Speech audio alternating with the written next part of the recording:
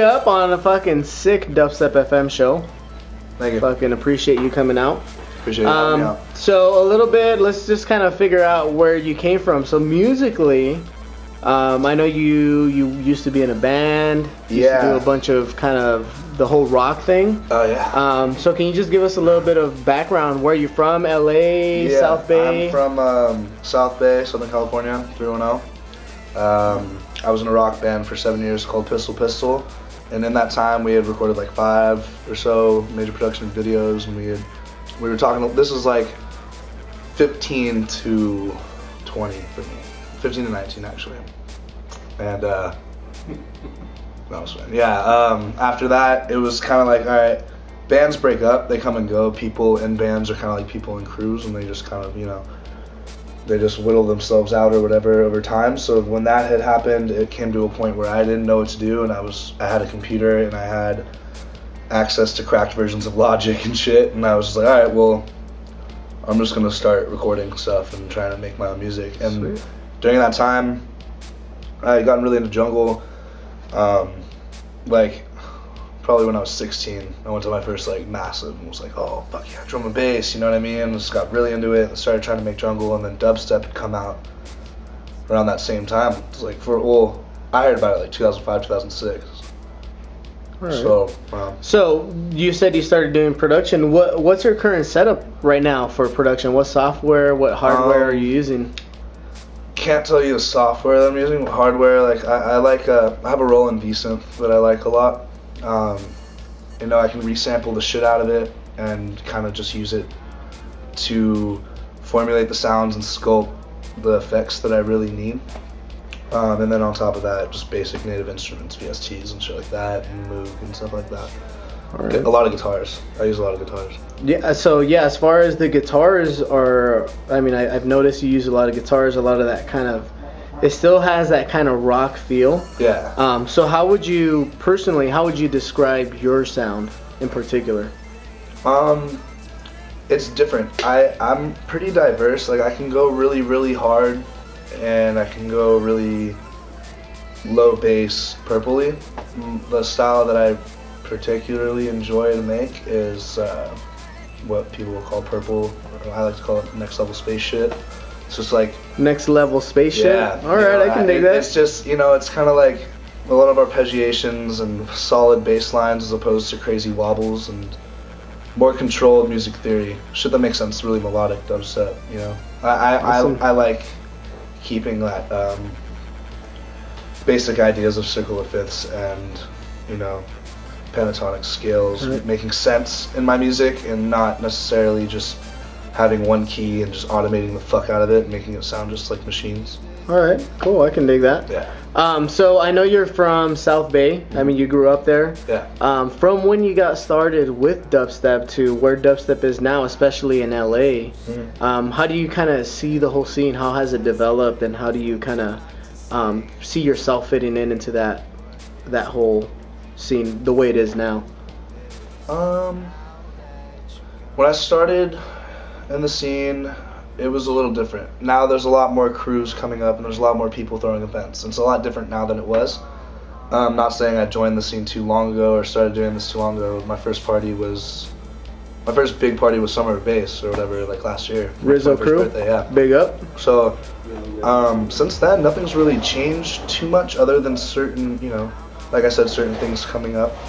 But it's definitely a little different. I mean, like, that's kind of hard to explain, but I can explain where I feel I am. I guess I think I'm a decently important part of Los Angeles' bass music scene because I'm trying to do something a lot different than what other people are doing. Nice. And just keeping that integrity and, like, you know, just staying different, staying fresh, and not trying to follow. I think LA is just all about that, to be honest. It's about trying to keep it fresh. Yeah, it's always been like, when I first started going to shows, it was low end theory. So I would watch No Such Thing and Philo, and all these people would make these like really abstract, slowed down, bass heavy beats. And that really influenced my production because I was like, damn, I like that, I guess, stoner vibe, you know what I mean? I dig that, you know? So that was the beginning. All right. Now, I know you didn't really mention any software that you use, but did you have any mentors coming up? Like, did you just I mean, we've done 2 past interviews with someone, and they basically said YouTube and Google are my best friends. Not YouTube. My boy Spencer Neasy from Her Majesty and the Wolves helped me with my production. Like, I would sit.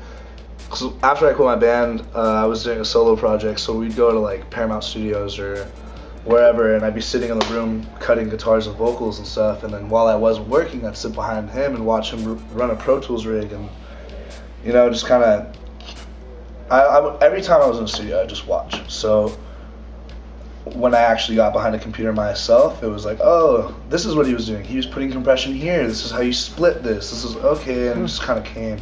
Cool. Other than that, I had Michael Kinoshita, who's one of our artists, Michael K, on D.R.E.A.M.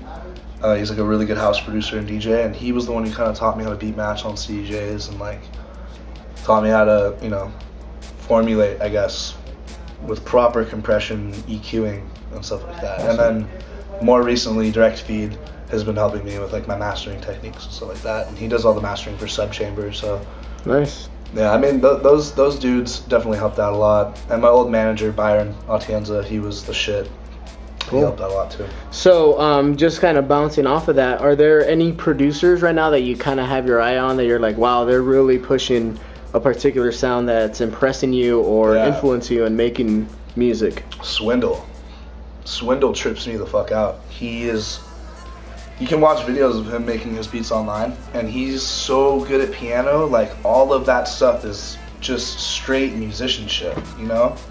And that's something I'm really into. I like Mensa a lot too. Mensa, I think, as far as production and just sounds, he is killing it. So sweet. Yeah, I would say Swindle and Mensa.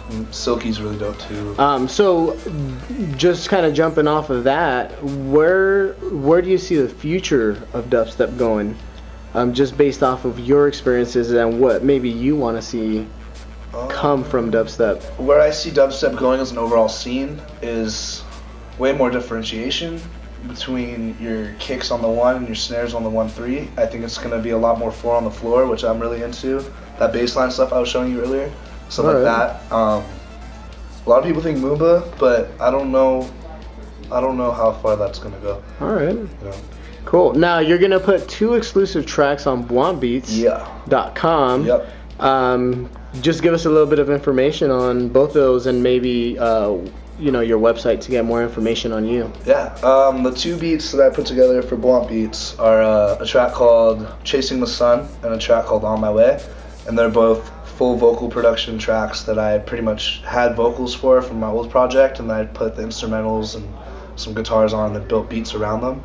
So I like to think of them as more crossover tunes than just straight dubstep or straight electronic. And you'll hear there's a lot of guitars, there's a lot of live bass, rudiments changed throughout the whole entire track on both of them. So I mean, I'm pretty happy with them. I think you guys will like them. Sweet. Pretty dope.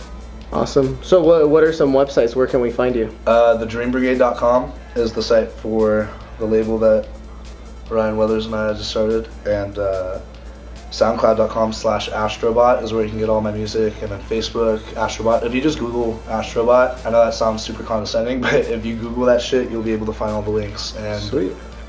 Yeah, put it together from there. All right. Well, thanks again for doing the Dubstep FM show. You fucking rocked it. Got some great feedback. Unfortunately, I didn't have CDJs, so I had to use that APC thing, but it's cool. It worked out. It was fun. Yeah. All right, man. Big up, and we'll fucking see you in LA and hopefully everywhere else in the US and the world.